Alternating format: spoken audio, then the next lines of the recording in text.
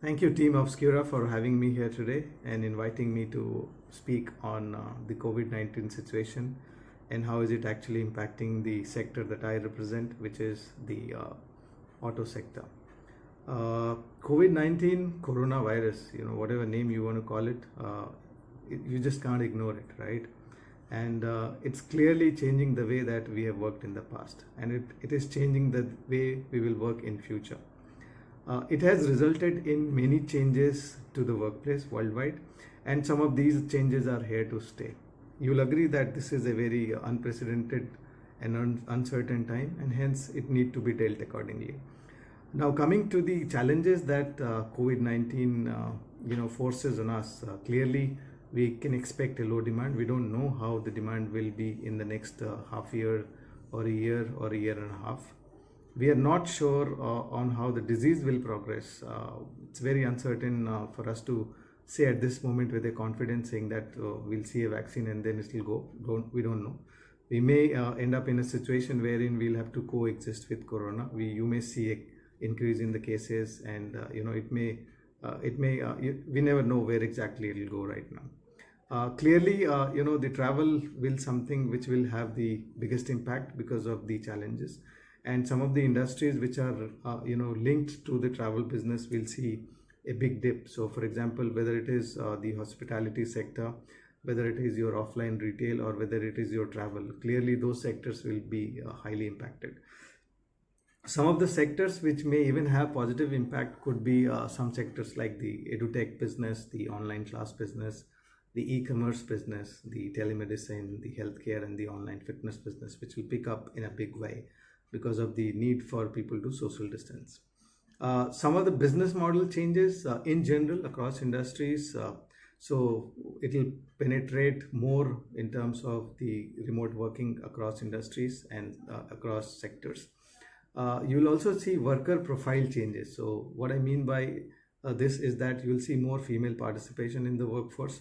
You'll see more temporary workforce participation in terms of gig workers, and at the same time we'll also see shortage of worker, because what is happening through the migration of worker from cities to the remote villages across different nooks and corners of the country.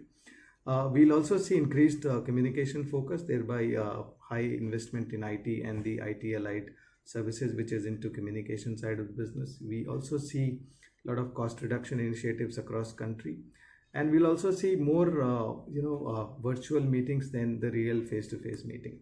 Now, coming to the sectoral impact, clearly auto will see a huge impact, and this impact is just not because of COVID. It's also because what's happening to the industry for the last 1 year or 18 months.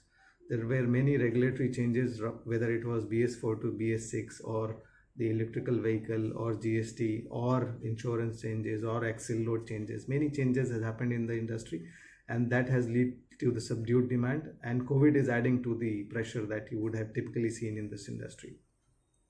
Again, since it's a large sector, there will be some segments wherein you'll have a higher impact, some segments where you will have a lesser impact.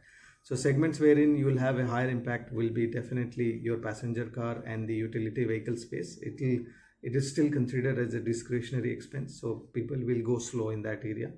What will have less impact is the commercial vehicle, because the goods will continue moving from one place to another. And what may see an increase is the need for, or the demand for, two-wheeler. And clearly because of the social distancing, need for people to do away with their public transport uses. This industry on a bigger terms will also see labor related challenges, because it's a huge labor intensive industry per se. Now looking at the point that I was talking about, how the model is getting changed now, for the auto industry, the changes will be such, so clearly if the industry has to remain profitable, these are 4 or 5 areas that they need to focus on. Since personal mobility is back in the focus, there will be more and more investment in that space. So clearly you'll see more investment in the two-wheeler and a three-wheeler space. For most of the companies, EV plans can wait, but EV in the two-wheeler space will still take place with a substantial focus. You may expect cleaner public transport, and that's where the government spending a lot of money to, one, get some new fleet, plus the fleet, those are currently available with various public transport providers, they will be requiring a lot of sanitization and hygiene related checks on a regular basis.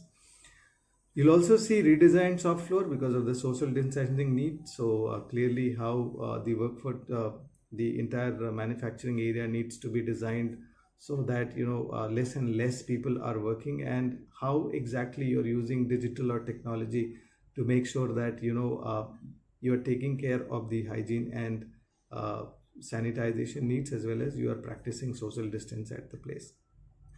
From an HR point of view, I think there will be two important changes. One will be you may see some labor unrest, because clearly their bargaining power will go up because of the absence of people at the workplace, because of the migration of people from the cities to the villages. And also the fact that a lot of efforts will be on the relearning and upskilling of the existing workforce, and that is because the business model will change, and some of the skills that were used in the past may or may not be relevant anymore. For again, going to the auto sector, clearly the online showrooms will take precedence over physical showrooms. And finally, a lot of dependence were given earlier to the Chinese imports that we used to do in this industry. Clearly there will be a need for all of us to localize sourcing, and that's where a local sourcing will play a big role. So clearly, in the 5 minutes that I was given, I think this is enough, or this is something which we could actually look at more from the impact that it has on the overall industry and auto industry in particular. So thank you so much for having me here, and I wish all of you the very best. Thank you.